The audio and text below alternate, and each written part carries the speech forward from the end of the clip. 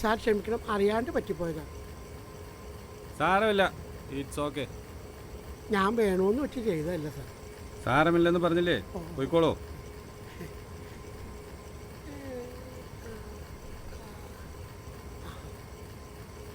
Sir എനിക്ക് പിടിച്ചിട്ട് കിട്ടിയില്ല, അറിയാണ്ട് പറ്റിപ്പോയതാ സാറേ. ആകപ്പാടെ വൃത്തികേടായല്ലേ. ദൈവത്തെ ഓർത്ത് താനൊന്ന് പോ, ഞാനത് മറന്നു കഴിഞ്ഞു. താൻ പോയി ഒരാഴ്ച കഴിഞ്ഞു വാ.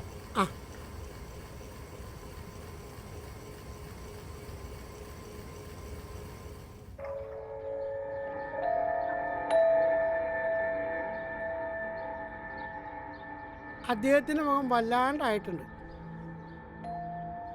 അതിനെപ്പറ്റി സംസാരിക്കാൻ കൂട്ടാക്കണ്ടേ? തുമ്മൽ വന്നാൽ നമുക്ക് പിടിച്ചെത്താൻ പറ്റുമോ? അത് അദ്ദേഹത്തോട് പറയണം, അല്ലെങ്കിൽ അങ്ങനെ വിചാരിക്കും ഞാൻ മനഃപൂർവ്വം തുമ്മയാണെന്ന്.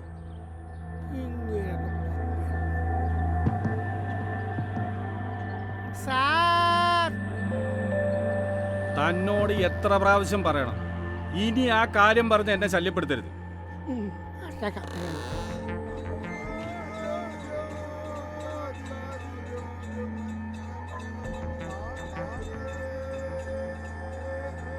ഞാൻ പറഞ്ഞത് എങ്ങനെയാണ് തമ്പാട്ടി ശല്യാവുന്നത്?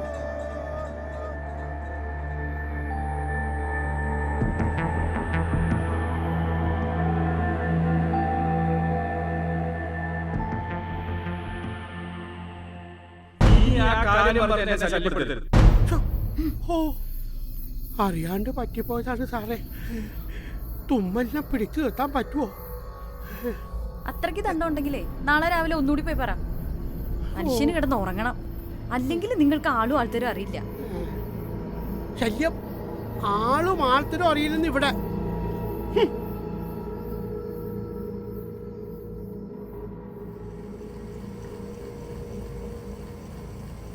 സാറേ, കിടന്നിട്ട് ഉറക്കം വന്നില്ല സാറേ. ശരിക്കും അറിയാണ്ട് പറ്റിയതാണ്. ക്ഷമിച്ചു എന്ന് പറയാതെ ഞാൻ പോവില്ല. ഇത് വലിയ ശല്യല്ലോ. താനൊന്ന് പോകുന്നുണ്ടോ? എത്ര തവണ പറയണം, എനിക്കിവിടെ 100 കൂട്ടം പണിയുണ്ട്. എന്നാ പോവല്ലേ?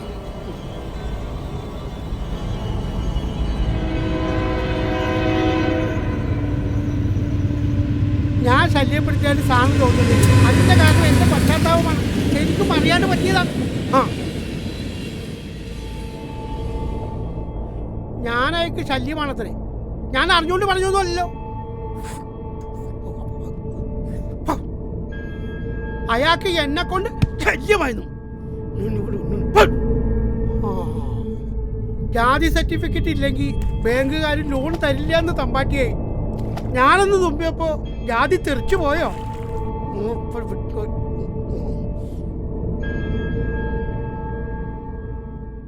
സാറേ, എന്റെ അറിവില്ലായ്മ കൊണ്ട് പറ്റിയതാണ്.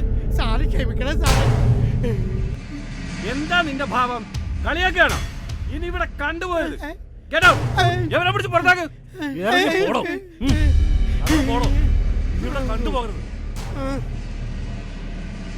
വലിയ ആഫീസറാത്രേ. അവന്റെ അഹമ്മദ് കടിക്കും.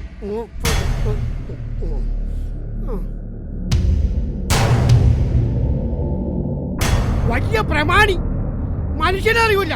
ഇനി അവന്റെ അടുത്തേക്ക് ഇല്ലേ? അവനെന്നോട് തമാശക്കളി എന്നാ പറഞ്ഞേ. അവനോട് മാപ്പ് പറയാനാണല്ലോ ഞാൻ പോയത്.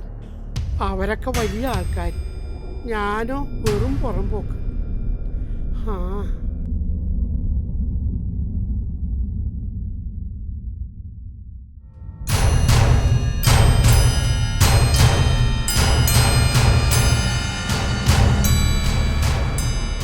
ലോകത്തെ മനസ്സിലാക്കിയെടുക്കുന്നതിൽ ഒരുപക്ഷെ ഞാൻ പരാജയപ്പെട്ടതാകാം. സ്നേഹവും വേദനയും ജീവിതവും മരണവും മനസ്സിലാക്കുന്നതിൽ തെറ്റിപ്പോയിരിക്കാം. ഒരു ജീവിതം തുടങ്ങാനാകാതെ ഞാൻ ഉഴറുകയായിരുന്നു. ചിലർക്കങ്ങനെയാണ്. ജീവിതം ശാപമാണ്. എൻ്റെ ജനനം തന്നെ മാരകമായൊരു അപകടമായിരുന്നു.